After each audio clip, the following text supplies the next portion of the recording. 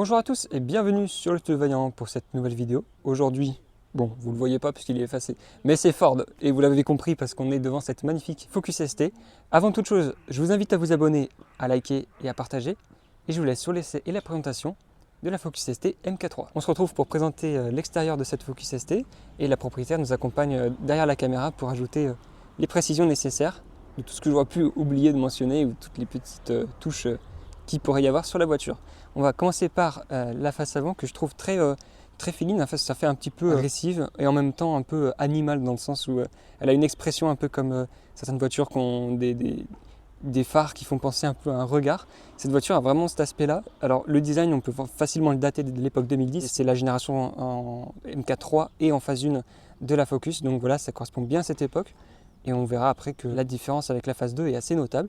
Mais déjà, on peut parler des boucliers qui sont déjà spécifiques à la ST avec cette grande bouche qui intègre le logo ici ST pour Sport Technologies.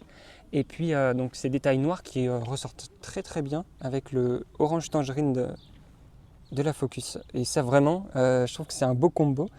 Donc après je te laisse nous dire un peu ce qui change par rapport à la Focus normale. Donc ça c'est plus facile à noter. Et puis phase 1, phase 2, on sait que la calandre a changé après. Oui. Bonjour à tous. Du coup, effectivement, donc, ce qui change entre la version Moldu et la version sportive, ça va être tout ce qui est carrosserie et bien sûr le moteur. Parce que du coup, on est sur un 4 cylindres EcoBoost de 250 chevaux avec 360 Nm de couple. Qu'est-ce que je peux dire d'autre Surtout physiquement, un peu ce qui... Enfin, j'imagine que du coup, tout le bouclier doit être différent pour intégrer les entrées d'air, le petit logo ST, etc. Principalement, ça va être que le pare-choc qui est modifié. Quand on regarde sur les versions classiques à la version sportive, clairement, c'est le pare-choc qui change. Un petit design différent au niveau des feux et surtout au niveau des jantes. Parce que du coup, on est sur des jantes en 18, où il me semble, sur la version classique, elles sont en 17, je crois, si je ne dis pas de bêtises. Étrier rouge d'origine ou pas? Ça dépend. En fait, c'est une option, c'est soit il y a le pack performance, et là on se retrouve avec les étriers rouges, ou alors ils sont noirs. Ok. Et est-ce que ce sont les freins d'origine du coup ou pas? Là oui, c'est la peinture d'origine. Et donc disque de frein Ah, ça c'est une modification de ma part. D'accord. Donc t'es passé sur quoi pour Là je suis passée sur du freinage EBC. Ok. Donc je suis vraiment partie sur du, on va dire, niveau qualité-prix, on va dire le plus accessible. J'ai changé les Duritavia, disques et plaquettes aussi complètes, que ce soit à l'avant ou à l'arrière. C'est une modif nécessaire? Pour une conduite, on va dire classique, non, ça va très bien, ça freine bien, mais une fois. C'est pas endurant. Par contre, si on veut s'amuser à faire du circuit ou même des montées historiques ou s'amuser à faire des balades ou autre, et qu'on veut un freinage qui dure dans le temps, ça va être nécessaire. Notamment au niveau du liquide de frein où moi j'ai mis de la 600. Et vraiment en endurance, j'ai gagné énormément. Est-ce que la lame à l'avant est d'origine aussi? Non. Non, c'était une lame Maxton qui était à la base en bon état quand je l'ai achetée. Mais bon, on est en France. C'est exposé, hein. Elle est exposée à... on est en France et du coup, les dodanes sont un peu hauts. Et au départ, je m'y fiais pas trop à la hauteur de la voiture. Maintenant, c'est fait, mais on frotte très facilement. Alors que pourtant, elle a la taille d'origine. En soi, sur la voiture, tout est d'origine, sauf les freins et un filtre à air green. Mais c'est intéressant, du coup, on a une version... qui n'est pas modifié, donc ça vous donne vraiment une idée du modèle donc, tel qu'il est sorti. Et la lame, ça vient quand même finir un peu au niveau du pare-choc, ça vient finir un peu, c'est pas mal. Je pense que ça vient faire écho aussi aux autres détails noirs, donc c'est une modif qui peut se faire, hein, c'est pas mal. C'est un rajout bien sympa. Moi, à l'avenir, j'aimerais pouvoir rajouter aussi les lames sur les côtés, un petit diffuseur dans l'idéal. Après, ce sera rajouté plus tard. Mais c'est vrai que la lame, elle rajoute un petit plus, parce que j'ai eu l'occasion de la voir sans lame, et il manque quelque chose. Et puis donc sur les côtés, si on continue sur la carrosserie, on a ces petites jupes latérales qui font une espèce de petite forme ici, qui vient donner un petit aspect aéro, un petit peu de design, quoi. Ça donne un aspect un peu plus dynamique que les lignes fades qu'on peut avoir sur des voitures du quotidien. Les coques de rétron sont aussi de couleur carrosserie. Tu as les petits... comment ça s'appelle? Déflecteurs, c'est ça? Oui, alors ça, c'est les déflecteurs AliExpress qui se collent directement. Mais ça discret vu qu'il y a le shadow line sur le côté. Oui, encore ça passe à peu près, mais à l'avenir, j'aimerais changer pour les vrais déflecteurs que tu colles en dessous de la vitre, où ça fait plus propre. Mais voilà, c'était pour tester. Et puis, alors d'ici, on le voit déjà. On va pouvoir passer sur l'arrière, mais on a un grand béquet. Alors Ford, en tout cas MK2, MK3, ils aimaient bien du coup les beaux appendices aérodynamiques. Évidemment, c'est moins extravagant qu'une Type R, donc c'est peut-être plus cohérent, on va dire, avec une voiture type familiale sportive. Mais je trouve que c'est sympa parce qu'au moins tu peux profiter d'un design un peu plus exclusif et puis c'est marrant quand même. C'est clair, c'est beaucoup plus joli. Et puis il faut savoir que Ford, ils aiment bien mettre des options un peu partout pour juste une petite touche esthétique. Déjà rien que cet aileron là c'est une option, parce que sinon tu as l'aileron de base qui est assez plat et lisse, il n'y a pas de trou au milieu. C'est un pack perf, c'est quelque chose Non, c'est une option. Une option à part, C'est juste une option de l'aileron. Moi, j'ai rajouté des cales qu'on trouve facilement sur eBay, donc qui surélèvent l'aileron. C'est soit on aime, soit on n'aime pas. C'est un peu rigolo parce que souvent les gens me demandent si c'est un aileron manuel, électronique qui se lève tout seul. J'aimerais dire que oui, mais non.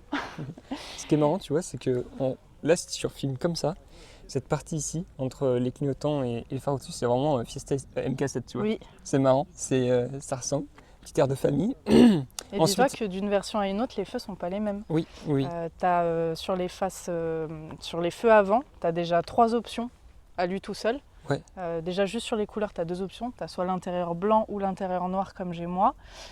Pour les optiques, tu as soit la grosse ampoule pas belle qui bouge pas. Tu as des xénons aussi? Tu as ma version, donc mon option à moi c'est xénon avec feu qui se règle quand tu les allumes, de haut vers le bas, avec une autre ampoule qui s'éclaire quand tu tournes le volant. Ou sinon, troisième et dernière option, tu as les feux directionnels. Ok, donc ça c'est le top. Oui. Et puis ensuite, tu as la phase 2, je mettrai une image pour que vous voyez la différence, donc qui est quand même bien différente. Et donc ensuite, on a la double sortie d'échappement central, qui est sympa parce qu'en fait, elle fait presque mono-sortie, mais découpée en deux petites formes comme ça. C'est sympa, ça fait déjà, c'est un peu exclusif d'avoir ce genre de sortie au milieu, parce que la plupart des voitures, évidemment, les ont sur les côtés. Et puis du coup, c'est un pare-choc qui est vraiment, pour le coup, dédié à la ST. On sent aussi l'âge de la voiture, l'époque de la voiture. Mais je trouve que, en fait, grâce à sa couleur, du coup, ça harmonise l'ensemble du véhicule. Et c'est en fait, je pense, pas forcément un Youngtimer, mais un véhicule qui va devenir un Youngtimer, je pense, parce qu'il est vraiment inscrit dans son époque. Et avec une jolie config comme ça, ça reste quand même au goût du jour. Le petit badge ST ici. C'est assez simple, il n'y a pas de fioritures. Mais du coup, les efforts des designers font qu'il y a des détails suffisants pour que ce soit agréable à regarder et puis que ce soit suffisamment dynamique pour correspondre à l'esprit de la voiture. Vous avez les petites persiennes et ton Instagram. J'espère qu'on verra. Ouais, alors mon Instagram, il est un peu... il est discret. Ouais, mais je le mettrai si tu veux. Oui, pas de souci. Au début de la vidéo puis à la fin. On a pu le voir, un petit détail à droite à gauche, les jantes, les pare-chocs, le béquet. Et la couleur globale font que c'est une voiture qui a un vrai look sportif, un vrai look dynamique. Donc déjà c'est un très bon point dès que tu abordes l'extérieur de la voiture parce que tu as déjà un look qui te permet de te démarquer et de correspondre à un état d'esprit qu'on va pouvoir découvrir ensuite sur la route. On part sur la découverte de l'habitacle. Niveau détail, contreporte, etc. Il n'y a pas grand chose qui change par rapport à une version normale, mais on a quand même un peu de finition cuir ici. Le petit seuil de porte ST, alors ce qui est marrant, c'est que la plupart des marques vont se limiter à mettre le logo. Et là, il y a des petites flèches là, qui partent de chaque côté. Ça fait même un peu comme si pour rappeler un peu les dessins qu'on peut retrouver sur les vibreurs ou sur les pistes. Donc ça fait vraiment racing, quoi. Le volant qui donc accueille des petits détails carbone qui ne sont pas d'origine mais qui apportent une finition un peu plus typée sport. On va retrouver aussi ces détails autour du levier de vitesse. On est sur une boîte 6 du coup. Ça c'est bien pour les longs trajets, etc. Vous avez le Sync 3, c'est ça? 2. Le Sync 2, c'est en option le 3 le 3 est arrivé à partir de la phase 2. Ok. Pour la phase 2 et l'ARS, où il y a un écran avec GPS, CarPlay et autres. Celui-là, ça suffit, c'est le Sync 2. Comment? Ça suffit pour le quotidien. Ça suffit. Hein. Après, maintenant qu'on est habitué à Oise et autres, on le veut bien celui-là, tu vois. Ouais. Mais après, oui, ça suffit large. Et puis après, on a les compteurs pour le coup aussi qui sont retravaillés. Donc, petit compteur minute. Et puis là, ce qui est bien, c'est qu'on a les jauges de température qui sont au milieu. Et puis là-bas, vous avez le compteur de vitesse qui est gradué jusqu'à 280. Au centre, vous avez le petit combiné d'informations pour la conduite. Donc voilà. Et puis là, la plus belle partie de l'intérieur, ça reste au niveau de la sellerie. Donc on est sur des sièges baquets Recaro, siglés ST avec la couleur qui matche avec celle de l'extérieur. Les petites surpiqûres qui courent partout. L'inscription Recaro ici. Moi, je trouve ça génial. Alors Recaro, pour moi, c'est une référence. J'en ai toujours entendu parler. C'est toujours des sièges qui sont plutôt jolis à voir. Et j'avoue que là, dans une voiture qui reste quand même une voiture familiale sportive, donc on va dire que c'est le genre de sportive un peu entrée de gamme dans le monde du sport et voiture assez grand public, avoir des sièges aussi beaux et avec des maintiens aussi prononcés sur les côtés, je trouve que c'est un très bon point. Et puis après, je ne sais pas si tu veux qu'on montre l'arrière de l'habitacle. Oui, bien sûr, j'allais en ça parler. Ça peut être intéressant pour les gens qui voudraient... c'est une familiale, donc il faut savoir ce qu'il y a derrière. Hein. Pour les personnes qui souhaitent acheter aussi ce genre de véhicule, alors on n'a pas dit, mais du coup, siège en cuir. Et ce que je trouve dingue, c'est qu'on retrouve aussi les mêmes finitions de sellerie à l'arrière, donc avec ici la petite couleur jaune qui se poursuit sur les surpiqûres. Et puis donc on a tissu et cuir, donc c'est pas mal. Et puis ça a l'air plutôt confort. Donc moi j'aime bien, ça donne de la couleur, ça donne de la qualité à l'habitacle. Et un peu d'exclusivité aussi pour les passagers arrière qui ne se sentent pas abandonnés. Quoi. Et après, j'imagine qu'en habitabilité, ça reste dans les standards d'une Focus normale et que ça peut permettre d'accueillir 4 personnes convenablement. Sur la fiche technique, on est sur 5 places. Oui, comme toujours. Mais j'ai déjà eu l'occasion de transporter du coup 4 personnes, au total 5 avec moi. Et franchement, le confort y est. Ouais. Puis la place centrale, c'est pour les petites distances. C'est pour les personnes un peu plus fines. Oui, c'est moins. Mais c'est toutes les voitures comme ça, de toute façon. Oui, de toute façon, réellement, on parle de 4 véritables places. Après, sur le papier, c'est 5. J'ai eu l'occasion de faire énormément de trajets avec, parce que en 3 ans que je l'ai, j'ai beaucoup roulé. En termes de conduite et au niveau sensation et puis surtout qualité, j'ai vraiment eu aucun problème avec. Hein. J'ai pu faire du 9 heures vraiment sans souci. Quoi. Ok, donc ça reste polyvalent, ça reste aussi capable de se comporter comme une routière, donc c'est cool. Et puis on l'a vu, une petite prise 12 volts donc, pour les passagers arrière. Et puis je pense que globalement on a fait le tour de cet intérieur. Ouais. J'ai oublié de mentionner quelque chose. Alors, vous le verrez peut-être avec la magie du montage.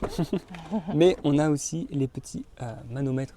Oui, effectivement. Voilà, les petits manomètres qui sont juchés sur le haut du tableau de bord.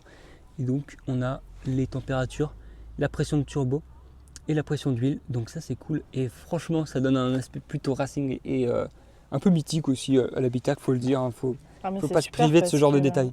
Puis surtout, tu as vraiment accès tout de suite aux informations dont tu as besoin pour rouler parce que souvent les gens vont penser que dès que l'eau elle est chaude, le moteur il est chaud. Donc on peut accélérer avec. Il y a d'autres choses à vérifier.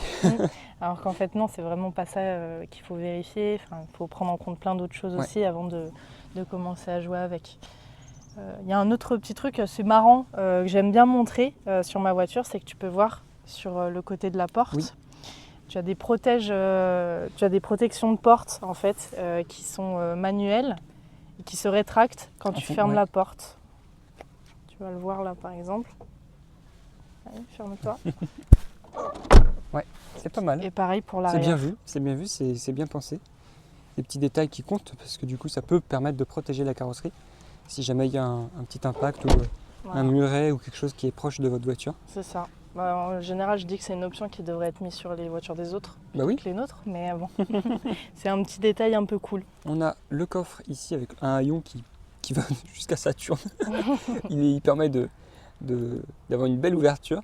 Et donc le coffre reste dans les standards, comme l'arrière, comme l'habitabilité, dans les standards de la Focus. Donc je trouve qu'on a un beau caisson en fait, on peut ranger quand même pas mal de choses parce qu'il y a de la hauteur et c'est pas mal. Donc voilà. Assez simple, mais ça permet de faire des petits voyages et d'embarquer vos valises, vos sacs sans problème, sans embarquer tout sur les passagers arrière. Et donc, j'imagine que tu as pu faire quelques trajets, quelques voyages et que tu as pu peut-être emmener quelques personnes. Et voilà, je te laisse me dire un peu. Déjà récemment, où j'ai eu mon aventure où je suis partie dans le sud avec, il faut savoir que j'ai fait tout mon déménagement dans cette voiture et seulement cette voiture. Ah ouais.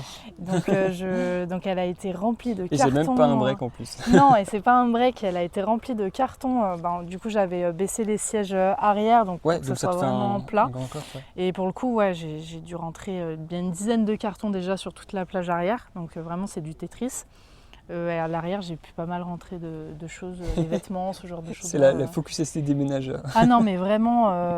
Et puis pour le coup, c'est vrai qu'effectivement, ça fait très très lourd. Tu le sens dans la conduite, mais ouais, faire un déménagement avec, ça se fait. Ça se fait très très bien même. Donc, impeccable. Le compartiment moteur, on va nous permettre de parler un peu plus de l'aspect technique du véhicule, que ce soit au niveau de ses specs moteurs, donc avec chevaux et couple. On va pouvoir aborder aussi les différentes versions de cette voiture. Et donc pour ça, je te laisse nous dire un peu globalement à quoi on a affaire déjà ici, et puis après au niveau historique, etc., de ce qui a pu exister. Du coup, donc là, comme on disait au tout début, donc on est sur un 4 cylindres EcoBoost de 250 chevaux à 360 Nm de couple. Donc ça, c'est la fiche technique. En réalité, on se rend vite compte que, et ça, tous les possesseurs de Focus vous le diront, quand on fait un passage au banc avec la voiture d'origine, souvent c'est beaucoup plus ce qui en sort. Moi, à mon niveau... Pardon ? À peu près combien ? Moi, à mon niveau, donc, je l'ai passé au banc peut-être un mois après l'avoir eu, donc à l'état d'origine. Elle était à 260 chevaux et 410 Nm de couple.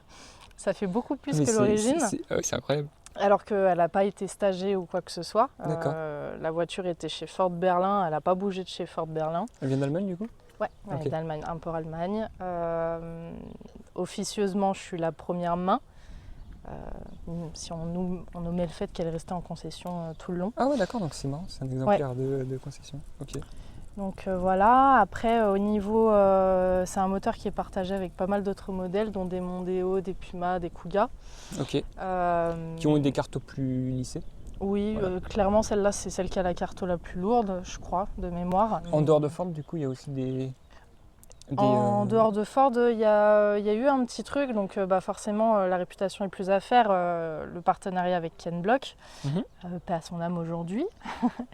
Mais du coup, donc, qui est un amoureux donc, des Focus de chez Ford et qui à l'époque, quand cette version-là est sortie, donc la phase 1, il a sorti 3 versions à lui, c'est-à-dire qu'on pouvait lui emmener notre ST et puis pour il me semble que c'était entre 15 et 20 000 $, un truc comme ça. On pouvait avoir une des 3 versions qu'il proposait. Comme quand tu vas chez Apt ou Alpina, quand tu as des... C'est ça, et en fait, donc, il y avait soit la version circuit, la vidéo est vite retrouvable sur YouTube d'ailleurs pour les présenter. Donc tu as une version circuit, une version chocard, donc avec un air-ride, toutes des jantes incroyables, et aussi la version classique route, donc une version améliorée de la ST de route qu'on connaît, avec un meilleur frein, un stage 1 je crois, il me semble, de mémoire, des meilleurs amortisseurs, tout en mieux, on va dire. Une petite prépa, voilà. Et puis Shelby, du coup. Et puis du coup, oui, finalement, on a Shelby qui est passé par là sur une Focus, étonnamment. On avait la version Shelby de nos ST phase 1. Pareil, ça pouvait aller jusqu'à 30 000 $. On la dépose chez Shelby et elle ressort avec un bloc Shelby, avec toute la prépa moteur de Shelby.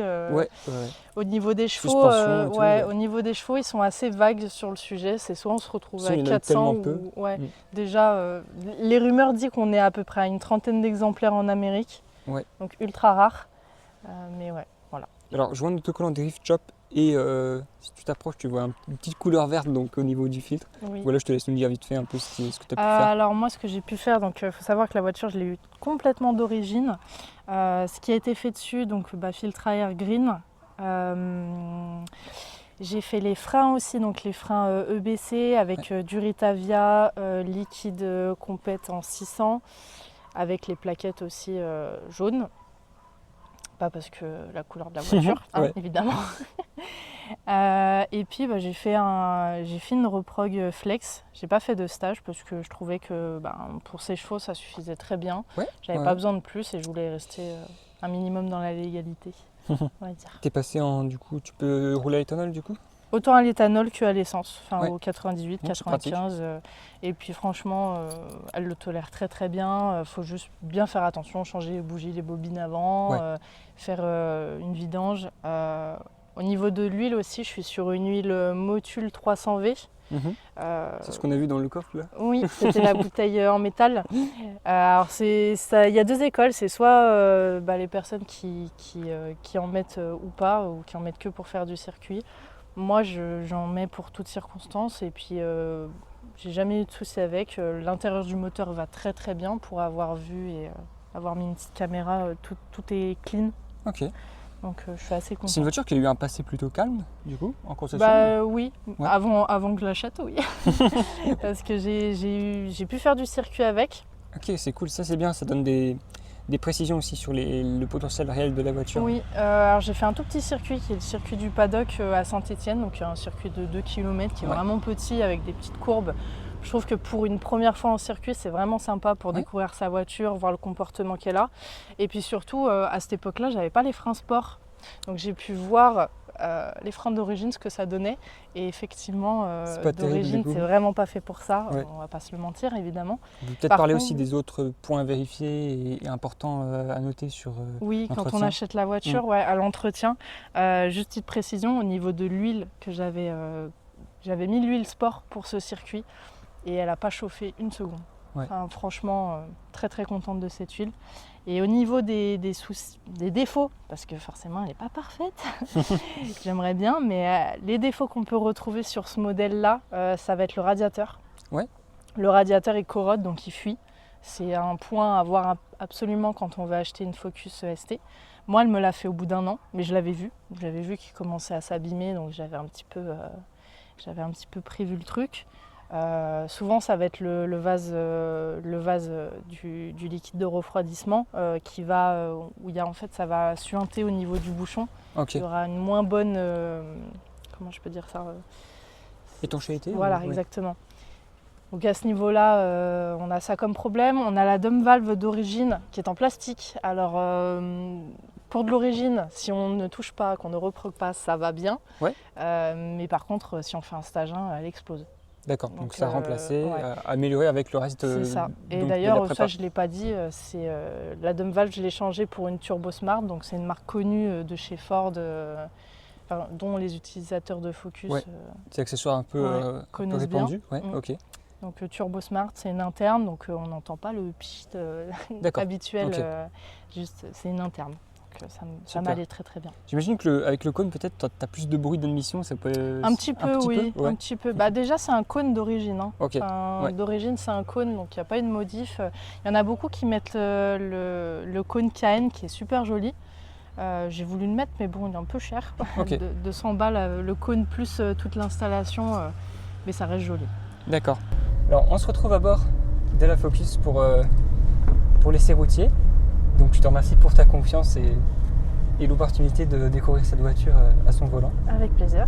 On va se diriger sur du Signeux, mais avant on va avoir l'occasion de traverser le village, donc voir un peu son comportement en zone urbaine avec des dodanes et d'autres trucs comme ça.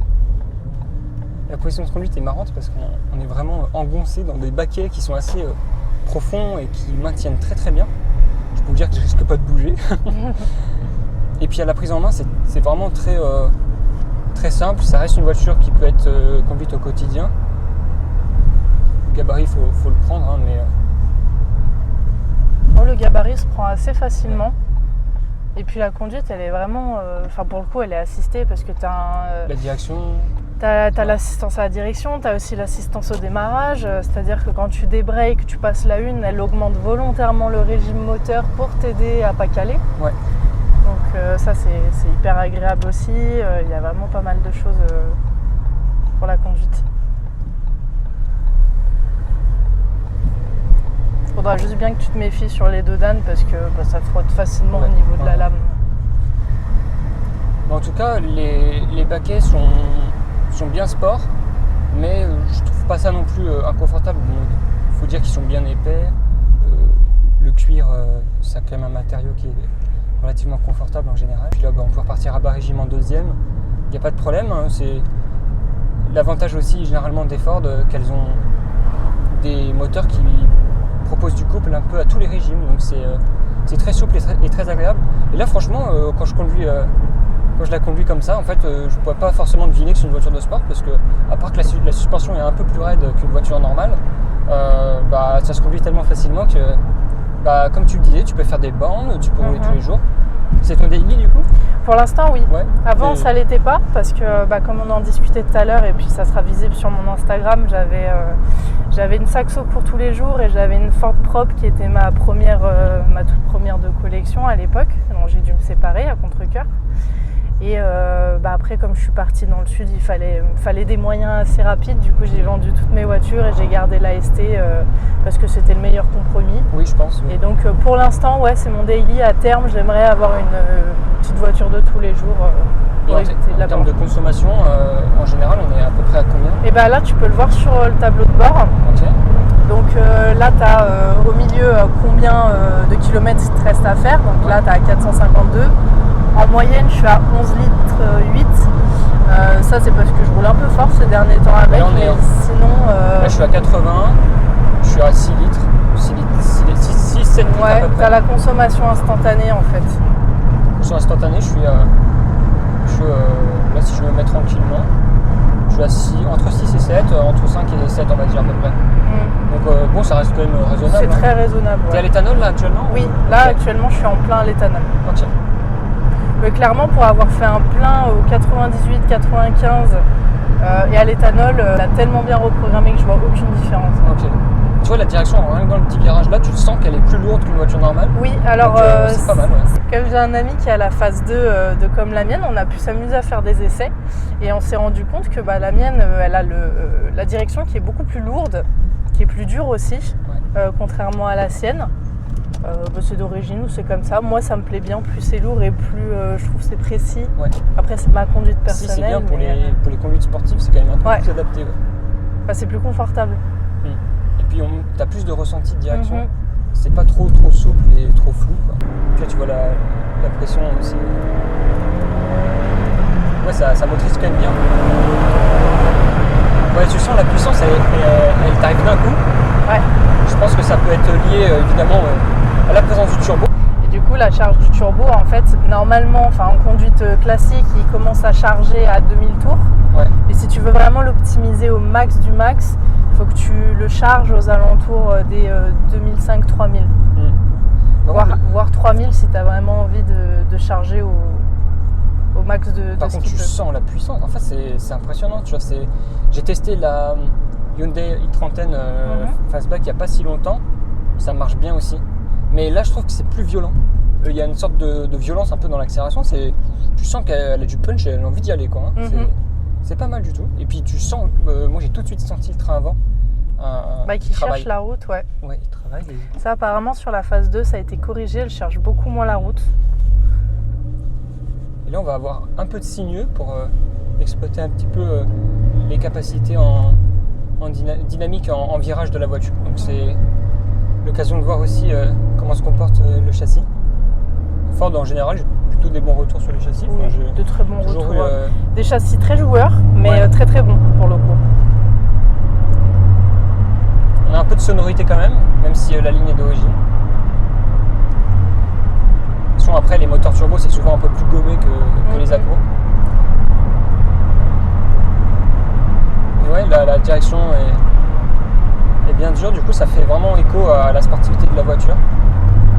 Par contre, le talon de pointe est assez difficile à faire parce que la pédale de frein est assez relevée. Ouais. Et en fait, c'est pour ça que tout à l'heure, j'ai freiné un peu fort parce que j'essayais de le faire. En fait, il faut vraiment enfoncer la pédale de frein pour. Moi personnellement, j'y arrive pas. C'est juste le double débrayage que j'arrive à faire, c'est tout. Ouais, quand tu appuies. Faut quand même s'accrocher parce que ça marche vraiment bien. Franchement, au niveau du ressenti, la perception de la puissance, c'est quand même assez impressionnant. En fait, elle t'arrache un peu, tu vois, elle te tire bien. C'est vraiment une vraie traction puissante. Quoi. Par contre, t'as pas forcément envie de la rouler. Moi, en tout plus à l'aise soit en conduite tranquille, soit quand tu lui mets dedans. Entre deux, tu vois, j'ai presque envie de la, comment dire, de passer un rapport, soit de me calmer, soit d'en mettre plus. C'est ça.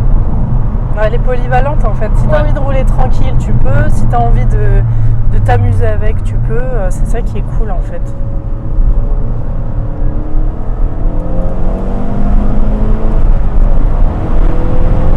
Ça matraque, hein. T'arrives vite à prendre de la vitesse. Et je sais pas si tu le sens un peu dans les freins, le mordant. Ouais, si, tu l'as rapidement. La pédale, t'as pas besoin de lui mettre trop de charge pour qu'elle freine bien. Et ça, j'ai vu une large différence depuis que j'ai changé mes freins. Ouais. Vraiment, tu mets le poids de ton pied sur la pédale, ça suffit largement. Oui, largement.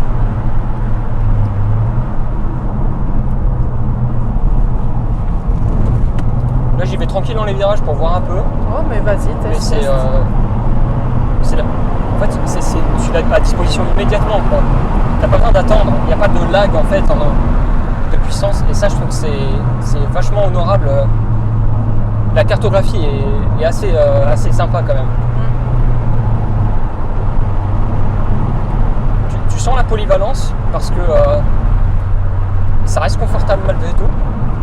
Mais dans ta direction et dans ton siège, tu ressens la dureté de la suspension et la dureté aussi de la direction, ce qui fait que même quand tu conduis tranquille, tu as quand même la conscience de rouler une voiture qui peut te proposer des agréments de sportifs. Et on parlait tout à l'heure du plumage assez flamboyant de la voiture, on peut parler du ramage qui est vachement à la hauteur. En tout cas en termes d'accélération, là pour l'instant je ne l'ai pas beaucoup poussé, mais l'accélération en tout cas est franche et disponible quasiment immédiatement, ce qui est vachement intéressant parce que finalement je pense que imaginons que tu es sur l'autoroute, tu as besoin de doubler rapidement, tu as juste à écraser oui, quoi. Clairement. Tu n'as pas besoin de rétrograder. Clairement. Franchement, le turbo en fait il réagit très vite. Par contre après il s'essouffle très vite aussi. Ouais. C'est aussi le désavantage, mais tu prends cette voiture, c'est pas pour faire de la ligne droite, hein. C'est vraiment pour t'amuser dans les courbes. De toute façon, Focus, c'est le propre du modèle, hein. C'est pas fait pour de la ligne droite, c'est vraiment fait pour avoir la puissance tout de suite. La première sportive Focus, elle trouve ses gènes dans le rallye avec la Focus MK1, la MK2 un peu aussi puisqu'elle a été aussi utilisée en rallye sur un délai assez court juste avant qu'il passe à la Fiesta. Mais en fait, cette voiture aussi, elle a quand même comme c'est une voiture plus moderne, elle est un peu plus aseptisée. Et donc c'est vrai que il faut un poil plus de temps pour savoir en fait comment la mener et puis comment elle va se comporter vraiment en termes de sportivité. Parce que quelque part, vous sentez son potentiel, mais pour l'analyser, c'est moins pur, on va dire, c'est moins pur et dur que sur les anciennes où la direction te transmet absolument tout et elle va pas chercher à te préserver ton confort. Là, on va dire que c'est un bon mix entre les deux par rapport à la Golf GTI Club Sport. C'est une voiture beaucoup plus récente, mais je peux me permettre quand même de comparer. Celle-ci, je trouve qu'elle a... Parce que la Golf 8, elle était vraiment contrastée, c'est-à-dire que c'était une voiture vraiment du quotidien qui se déplace rapidement, avec l'aspect Club Sport, c'est-à-dire un peu plus de peps et un meilleur châssis. Mais elle était vraiment un peu difficile à percevoir, il y avait vraiment une bipolarité. Là, il y en a une, mais elle est plus proche, c'est-à-dire que je trouve que c'est un meilleur ratio, une meilleure composition entre la sportivité et le quotidien. Surtout en ligne d'origine, je pense que c'est largement viable en daily et en même temps, là, je vous l'ai montré déjà, les accélérations sont vachement franches et complètes. Pas besoin, pareil hein, pour la Golf, comme étant en boîte auto, il fallait vraiment viser une plage assez précise dans le contour. Là, vous avez la possibilité juste en appuyant, d'avoir la puissance à disposition immédiatement.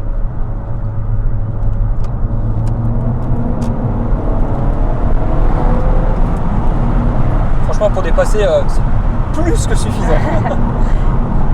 Là, le dépassement vraiment était rapide et efficace et sécuritaire du coup, parce que vous n'avez pas besoin de prendre des risques à rester pendant 5 ans sur la voie d'en face.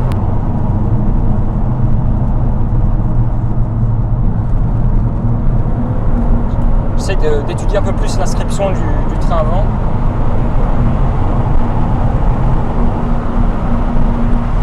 Comme je le disais, voiture plus récente, un poil plus aseptisée.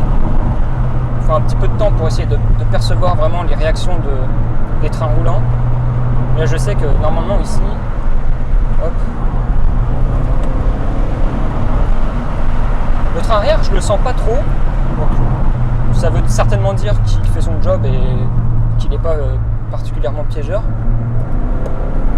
Mais on a aussi un différentiel qui permet de réaccélérer tôt et qui va contrôler un peu la traction.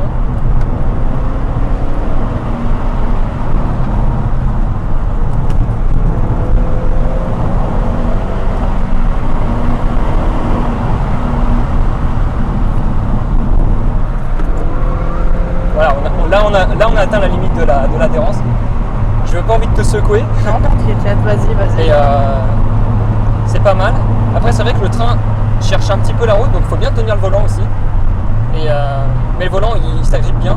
Il est plutôt pas mal.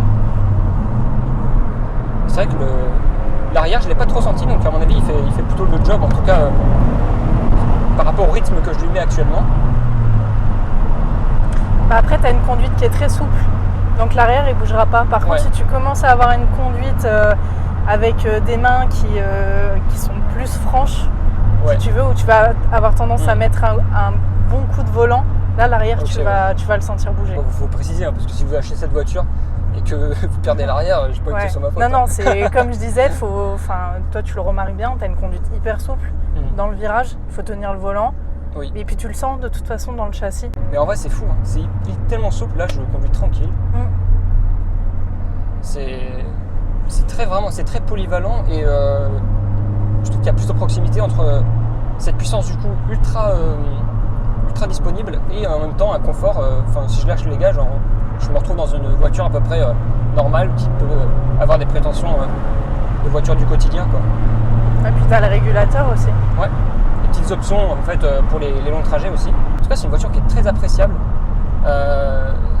J'aime beaucoup aussi sa puissance. Ça fait vraiment voiture puissante.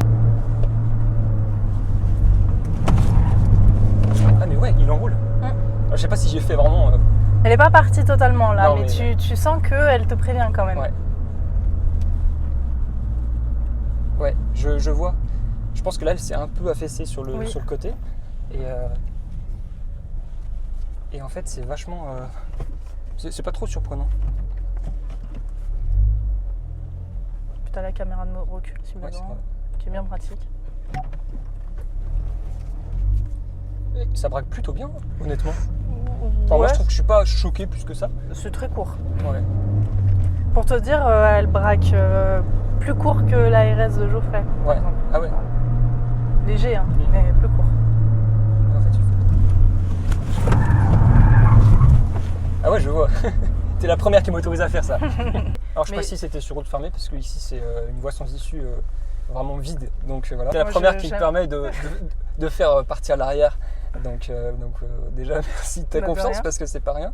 Et puis de toute façon la conclusion vous l'avez juste après. Mais bon, si je peux conclure sur l'utilisation de cette voiture, sa polyvalence est vachement intéressante. Et puis derrière vous avez aussi une sportivité qui est presque brutale, en tout cas qui est un peu comme un boxeur, c'est-à-dire vous appuyez, boum, direct, ça tape et ça tape fort. Donc l'accélération elle est franche, vous l'avez à disposition quasiment tout le temps, à n'importe quel régime.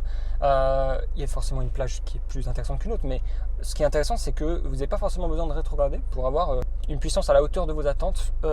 Et donc honnêtement, je pense que c'est aussi bien pour aller tracer un peu sur l'autobahn que pour aller enchaîner des courbes.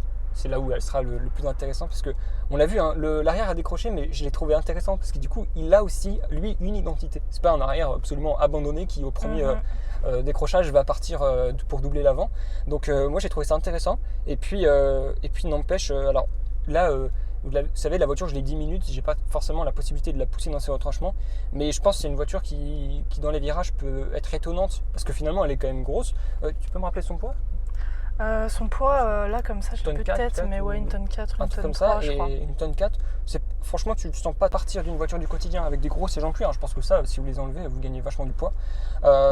Et pour avoir ce genre de performance avec ce genre de voiture, on sait que derrière, il faut pas mal de temps et de talent au niveau de l'ingénierie.